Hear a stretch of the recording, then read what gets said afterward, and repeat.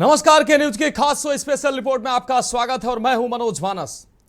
हम पेश करने जा रहे हैं देश की कुछ चुनिंदा खबरें। जैसे बी.आर. गवई देश के 52वें चीफ जस्टिस बन चुके हैं, तो वहीं बीएसएफ जवान पूर्णम कुमार की भारत वापसी हुई है। तो वहीं भारत पाक के बीच संघर्ष के दौरान जिन देशों ने पाक का साथ दिया, भारत अब इन देशों को करारा जवाब दे रहा है। यानी देखिए वो चुनिंदा और धारदार खबरें, यानी वो खबरें जो हकीकत की तह में जाकर आपको सच्चाई से रूबरू कराएंगी। तो चलिए अब चलते हैं खबरों के विस्तार में।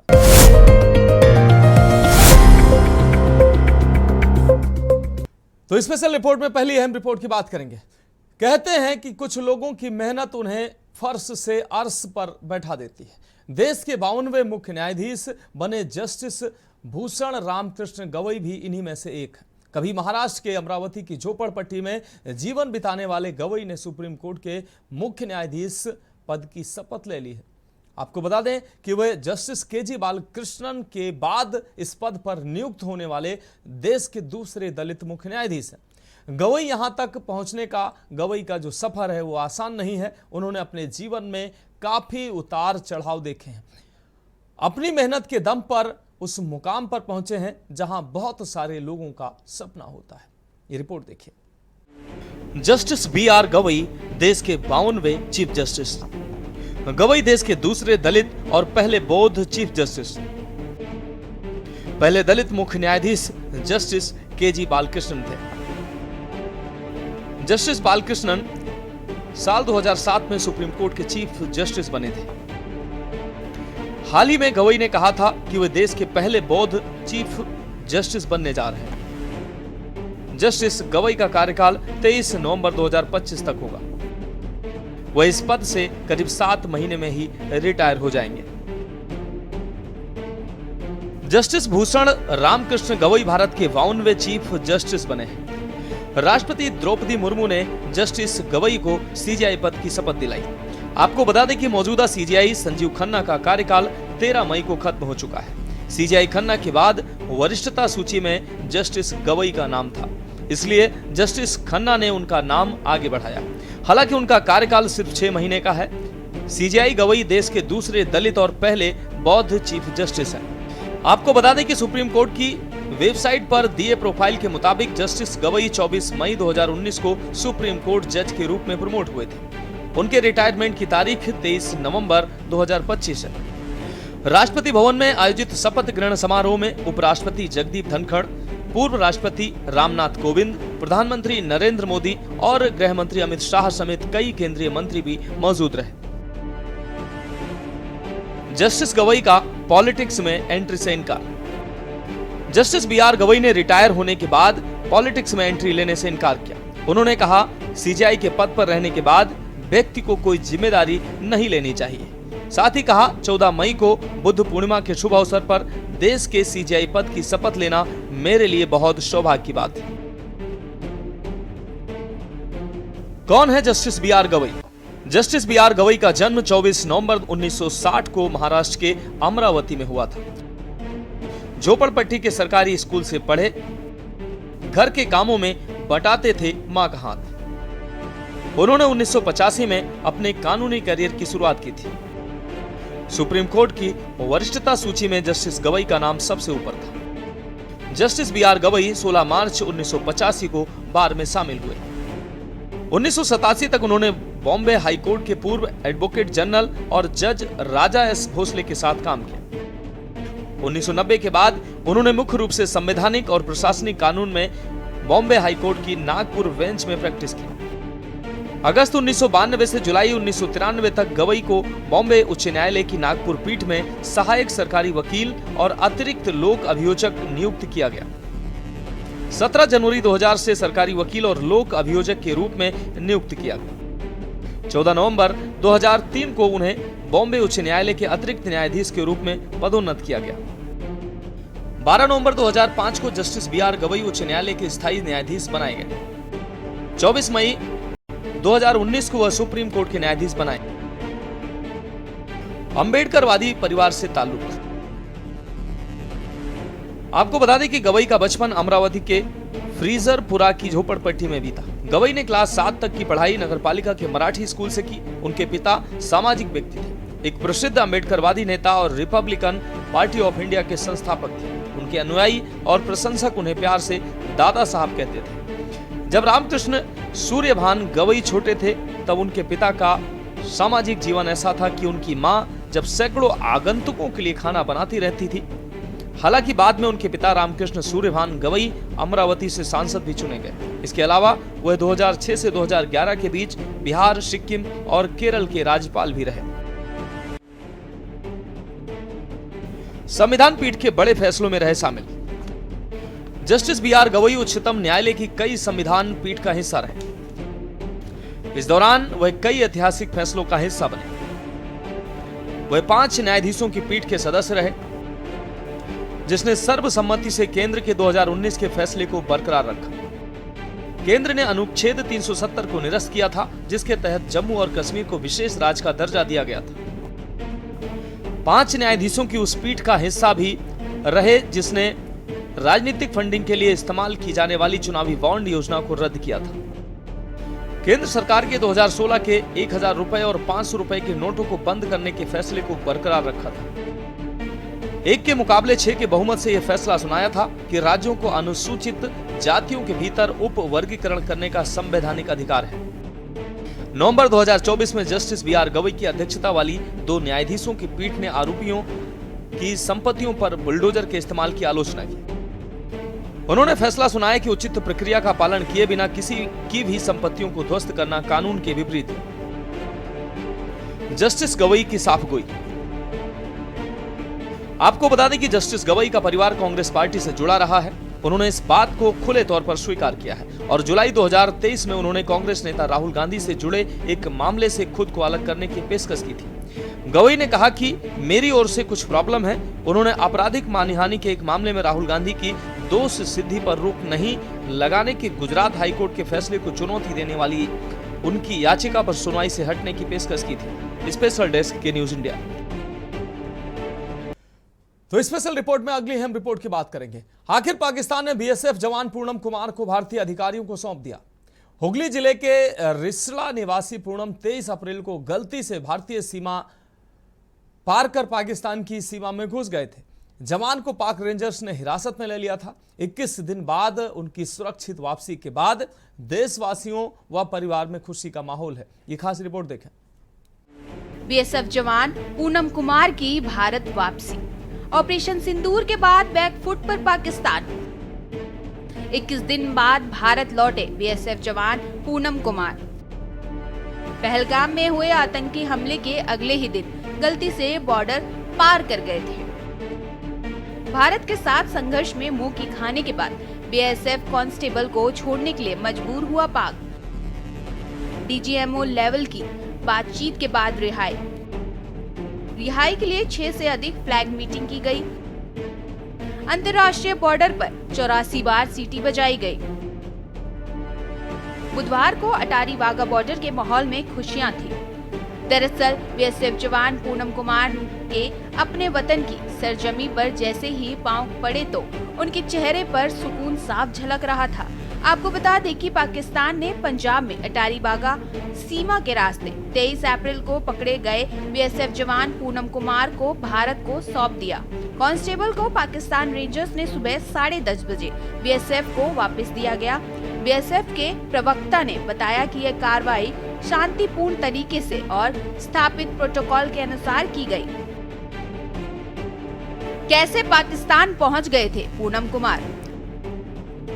आपको बता दें, पूनम कुमार गलती से इंटरनेशनल बॉर्डर क्रॉस करके पाकिस्तान पहुंच गए थे, जिसके बाद पाकिस्तान रेंजर्स ने उन्हें हिरासत में ले लिया। वे पंजाब के फिरोजपुर सेक्टर में तैनात हैं। बता दें कि भारत ने 7 मई को ऑपरेशन सिंदूर के तहत आतंकी ठिकानों पर सटीक हमले किए।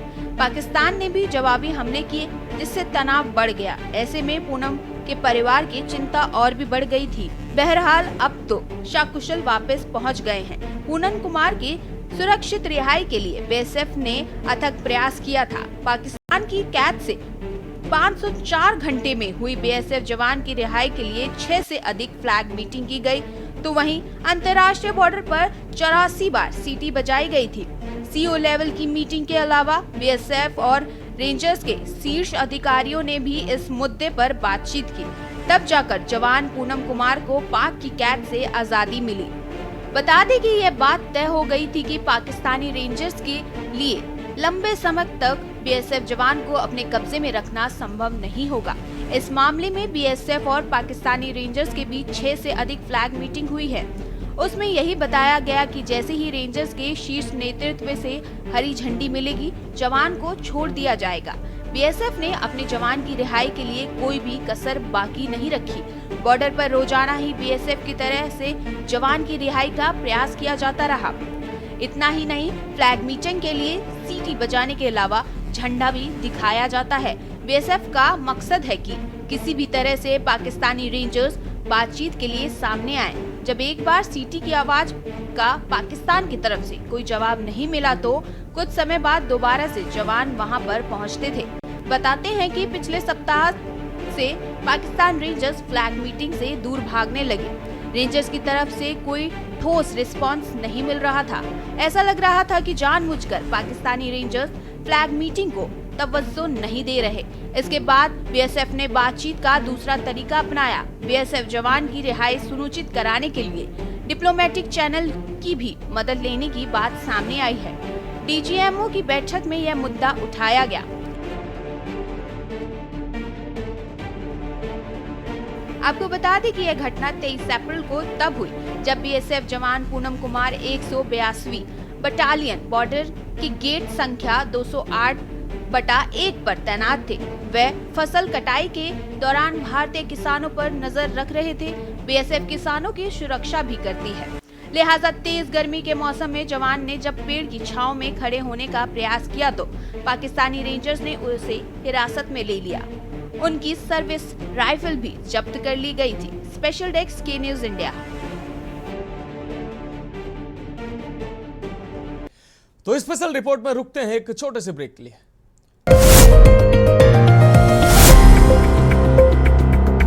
अहम रिपोर्ट की। भारत के ऑपरेशन सिंदूर के दौरान चीन, तुर्की और अजरबैजान का असली चेहरा पूरी दुनिया के सामने आ गया है। पाकिस्तान ने इस दौरान भारत पर जो ड्रोन और मिसाइल दागे वो मेड इन चाइना और मेड इन तुर्की थे। पाकिस्तान ने जो चीन की फुस मिसाइल और तुर्की के ड्रोन भारत पर हमले में इस्तेमाल किए, उनके अवशेष नई दिल्ली के पास मौजूद हैं। लिहाजा देशभक्ति के जज्बे से लबरेज मोदी सरकार ने भारत विरोधियों को सबक सिखाया है। ये खास रिपोर्ट देखिए। पाक से दोस्ती, चीन, तुर्की, अजरबैजान पर भारी। भारत में चीन का भोपू बंद। ग्लोबल टाइम्स के सोशल मीडिया अकाउंट एक्स पर बैन। सिहुआ पर भी लगाया गया प्रतिबंध। चीन, तुर्की और अजरबैजान पर चले तरकस के तीर। तुर्की, अजरबैजान को होगा आर्थिक नुकसान। तुर्की और अजरबैजान को अपनी नीतियों पर फिर से विचार करने के लिए मजबूर होना पड़ेगा। इन देशों के होटल, रेस्टोरेंट, टूर ऑपरेटर और अन्य संबंधित व्यवसायों को भी नुकसान होगा। भारत में विरोधियों की दुकानें बंद। आपको बता दें कि भारत के ऑपरेशन सिंदूर के दौरान चीन, तुर्की और अजरबैजान का असली चेहरा पूरी दुनिया के सामने आ चुका है। दरअसल पाकिस्तान ने इस दौरान भारत पर जो ड्रोन और मिसाइल दागे वो मेड इन चाइना और तुर्की के थे। संघर्ष के दौरान पाकिस्तान ने जो चीन की फुक्स मिसाइल और तुर्की के ड्रोन भारत पर हमले में इस्तेमाल किए, उनके अवशेष भारत के पास मौजूद है। चीन और तुर्की अब इन सबूतों को नकार नहीं सकता है। वहीं भारत ने जवाबी कार्रवाई में पाकिस्तान को ऑपरेशन सिंदूर में ऐसी चोट दी कि वो घुटनों पर आ गया और सीजफायर के लिए गिड़गिड़ाने लगा। पाकिस्तान को सबक सिखा दिया है। अब उसके भाईजान चीन, तुर्की और अजरबैजान की दुकान भारत में बंद करने की तैयारी हो चुकी है। भारतीय पर्यटक कर रहे तुर्की का बहिष्कार। भारतीयों में तुर्की का विरोध लगातार जारी है। सोशल मीडिया प्लेटफॉर्म एक्स पर तुर्की के पर्यटन विभाग का एक लेटर वायरल हो रहा है। अंकारा ने भारतीय पर्यटकों की ओर से तुर्की में बहिष्कार का जिक्र किया है। पर्यटकों से होने वाली कमाई तुर्की की अर्थव्यवस्था का अहम हिस्सा रहा है। हर साल तुर्की में औसतन 62.2 मिलियन पर्यटक आते हैं। इनमें से 3 लाख के लगभग भारतीय पर्यटक होते हैं। 2023 से 20.7% ज्यादा पर्यटक तुर्की में पहुंचे थे। पर्यटकों से तुर्की का राजस्व लगभग 61.1 बिलियन डॉलर रहा।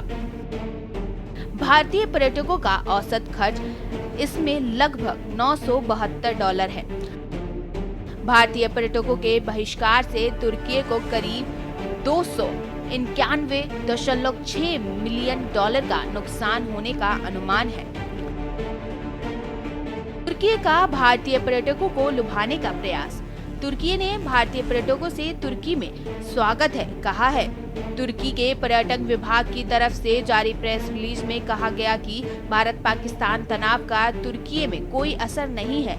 ये सब कुछ सामान्य है और भारतीयों के आराम और सुरक्षा का पूरा ख्याल रखा जाएगा। आपको बता दें कि भारत और पाकिस्तान के बीच 4 दिनों तक चले संघर्ष में पाकिस्तान ने भारी मात्रा में तुर्की के दिए ड्रोन्स का इस्तेमाल किया। अब इस संबंध में नई जानकारी सामने आई है, जिसके मुताबिक दोनों देशों के बीच अंतर्राष्ट्रीय सीमा के पार अलग अलग हमलों में कुल 350 से अधिक टर्किश ड्रोन का इस्तेमाल हुआ।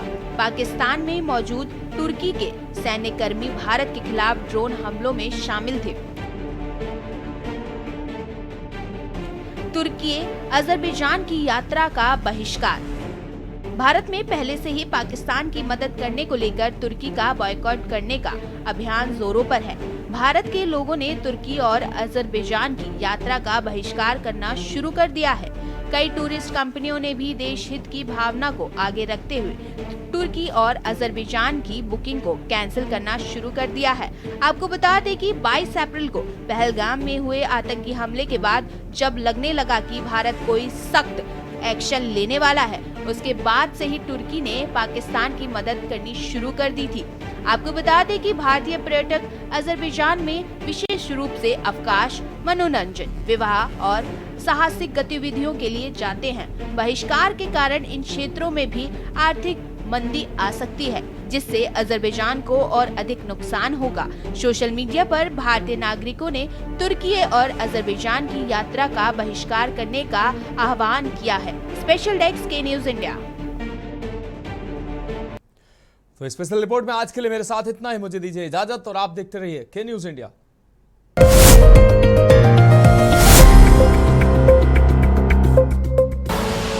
आप देख रहे हैं के न्यूज, खबरों का सारथी। प्रधानमंत्री नरेंद्र मोदी का आधुनिक तकनीक से खेती का विजन और मुख्यमंत्री योगी आदित्यनाथ का किसानों को समृद्ध बनाने का मिशन उत्तर प्रदेश में रंग लाया है। चीनी मिलों का विस्तार, कृषि मंडियों का आधुनिकीकरण, खेती में ड्रोन टेक्नोलॉजी, उर्वरकों के पर्याप्त वितरण ने यूपी में खेती को दिया है लाभ का आधार। आज खरीदी प्रक्रिया से बिचौलिए बाहर हुए तो किसानों को फसल का सही मूल्य मिला और प्रधानमंत्री किसान सम्मान निधि से 2,86,00,000 किसानों के खाते में डीबीटी के माध्यम से सर्वाधिक 80,000 करोड़ रुपए से अधिक ट्रांसफर किए गए।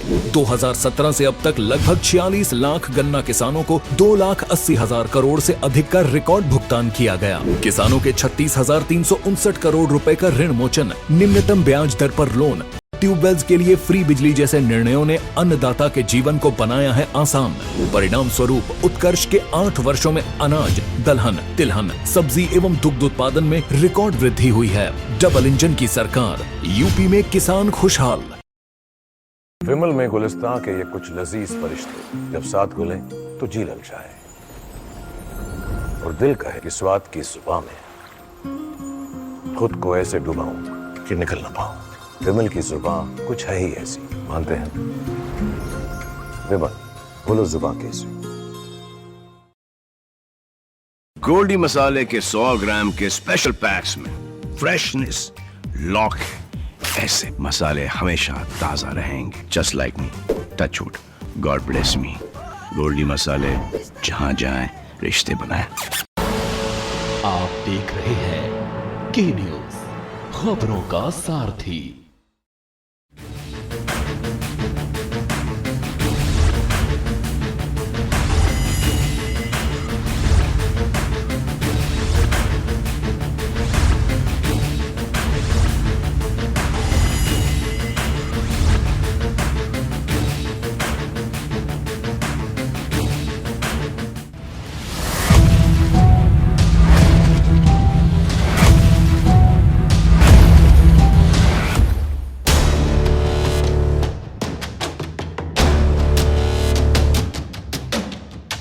देश के हर गांव, हर शहर उठेगी खबरों की लहर। रोज होगी आपकी बात, जब मैं करूंगी देश की बात। अब होगा असली सवालों से सामना, नहीं चलेगा कोई बहाना। जहां हर बात में होगा तर्क, जहां हर बहस होगी बेबाक। हंगामा नहीं, हम दिखाएंगे हकीकत। देखिए मुद्दे की बात,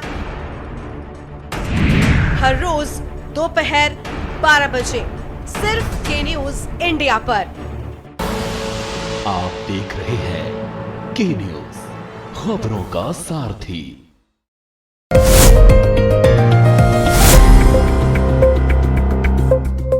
अब बात करेंगे अगली अहम रिपोर्ट की।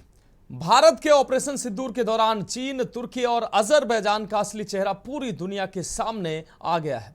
पाकिस्तान ने इस दौरान भारत पर जो ड्रोन और मिसाइल दागे वो मेड इन चाइना और मेड इन तुर्की थे। पाकिस्तान ने जो चीन की फुस मिसाइल और तुर्की के ड्रोन भारत पर हमले में इस्तेमाल किए, उनके अवशेष नई दिल्ली के पास मौजूद है। लिहाजा देशभक्ति के जज्बे से लबरेज मोदी सरकार ने भारत विरोधियों को सबक सिखाया है। ये खास रिपोर्ट देखिए। पाक से दोस्ती, चीन, तुर्की, अजरबैजान पर भारी। भारत में चीन का भोंपू बंद। ग्लोबल टाइम्स के सोशल मीडिया अकाउंट एक्स पर बैन। सिहुआ पर भी लगाया गया प्रतिबंध। चीन, तुर्की और अजरबैजान पर चले तरकस के तीर। तुर्की, अजरबैजान को होगा आर्थिक नुकसान। तुर्की और अजरबैजान को अपनी नीतियों पर फिर से विचार करने के लिए मजबूर होना पड़ेगा। इन देशों के होटल, रेस्टोरेंट, टूर ऑपरेटर और अन्य संबंधित व्यवसायों को भी नुकसान होगा। भारत में विरोधियों की दुकानें बंद। आपको बता दें कि भारत के ऑपरेशन सिंदूर के दौरान चीन, तुर्की और अजरबैजान का असली चेहरा पूरी दुनिया के सामने आ चुका है। दरअसल पाकिस्तान ने इस दौरान भारत पर जो ड्रोन और मिसाइल दागे वो मेड इन चाइना और तुर्की के थे। संघर्ष के दौरान पाकिस्तान ने जो चीन की फुक्स मिसाइल और तुर्की के ड्रोन भारत पर हमले में इस्तेमाल किए, उनके अवशेष भारत के पास मौजूद हैं। चीन और तुर्की अब इन सबूतों को नकार नहीं सकता है। वहीं भारत ने जवाबी कार्रवाई में पाकिस्तान को ऑपरेशन सिंदूर में ऐसी चोट दी कि वो घुटनों पर आ गया और सीजफायर के लिए गिड़गिड़ाने लगा। पाकिस्तान को सबक सिखा दिया है। अब उसके भाईजान चीन, तुर्की और अजरबैजान की दुकान भारत में बंद करने की तैयारी हो चुकी है। भारतीय पर्यटक कर रहे तुर्की का बहिष्कार। भारतीयों में तुर्की का विरोध लगातार जारी है। सोशल मीडिया प्लेटफॉर्म एक्स पर तुर्की के पर्यटन विभाग का एक लेटर वायरल हो रहा है। अंकारा ने भारतीय पर्यटकों की ओर से तुर्की में बहिष्कार का जिक्र किया है। पर्यटकों से होने वाली कमाई तुर्की की अर्थव्यवस्था का अहम हिस्सा रहा है। हर साल तुर्की में औसतन 62.2 मिलियन पर्यटक आते हैं। इनमें से 3 लाख के लगभग भारतीय पर्यटक होते हैं। 2023 से 20.7% ज्यादा पर्यटक तुर्की में पहुंचे थे। पर्यटकों से तुर्की का राजस्व लगभग $61.1 बिलियन रहा। भारतीय पर्यटकों का औसत खर्च इसमें लगभग $972 है। भारतीय पर्यटकों के बहिष्कार से तुर्की को करीब $291.6 मिलियन का नुकसान होने का अनुमान है। तुर्की का भारतीय पर्यटकों को लुभाने का प्रयास। तुर्की ने भारतीय पर्यटकों से तुर्की में स्वागत है कहा है। तुर्की के पर्यटन विभाग की तरफ से जारी प्रेस रिलीज में कहा गया कि भारत पाकिस्तान तनाव का तुर्की में कोई असर नहीं है। ये सब कुछ सामान्य है और भारतीयों के आराम और सुरक्षा का पूरा ख्याल रखा जाएगा। आपको बता दें कि भारत और पाकिस्तान के बीच 4 दिनों तक चले संघर्ष में पाकिस्तान ने भारी मात्रा में तुर्की के दिए ड्रोन्स का इस्तेमाल किया। अब इस संबंध में नई जानकारी सामने आई है, जिसके मुताबिक दोनों देशों के बीच अंतर्राष्ट्रीय सीमा के पार अलग अलग हमलों में कुल 350 से अधिक टर्किश ड्रोन का इस्तेमाल हुआ।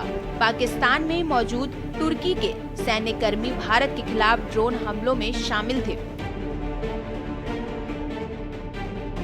तुर्की अजरबैजान की यात्रा का बहिष्कार। भारत में पहले से ही पाकिस्तान की मदद करने को लेकर तुर्की का बॉयकॉट करने का अभियान जोरों पर है। भारत के लोगों ने तुर्की और अजरबैजान की यात्रा का बहिष्कार करना शुरू कर दिया है। कई टूरिस्ट कंपनियों ने भी देश हित की भावना को आगे रखते हुए तुर्की और अजरबैजान की बुकिंग को कैंसिल करना शुरू कर दिया है। आपको बता दें कि 22 अप्रैल को पहलगाम में हुए आतंकी हमले के बाद जब लगने लगा कि भारत कोई सख्त एक्शन लेने वाला है, उसके बाद से ही तुर्की ने पाकिस्तान की मदद करनी शुरू कर दी थी। आपको बता दें कि भारतीय पर्यटक अजरबैजान में विशेष रूप से अवकाश, मनोरंजन, विवाह और साहसिक गतिविधियों के लिए जाते हैं। बहिष्कार के कारण इन क्षेत्रों में भी आर्थिक मंदी आ सकती है, जिससे अजरबैजान को और अधिक नुकसान होगा। सोशल मीडिया पर भारतीय नागरिकों ने तुर्की और अजरबैजान की यात्रा का बहिष्कार करने का आह्वान किया है। स्पेशल डेस्क के न्यूज इंडिया। तो स्पेशल रिपोर्ट में आज के लिए मेरे साथ इतना ही। मुझे दीजिए इजाजत और आप देखते रहिए के न्यूज इंडिया।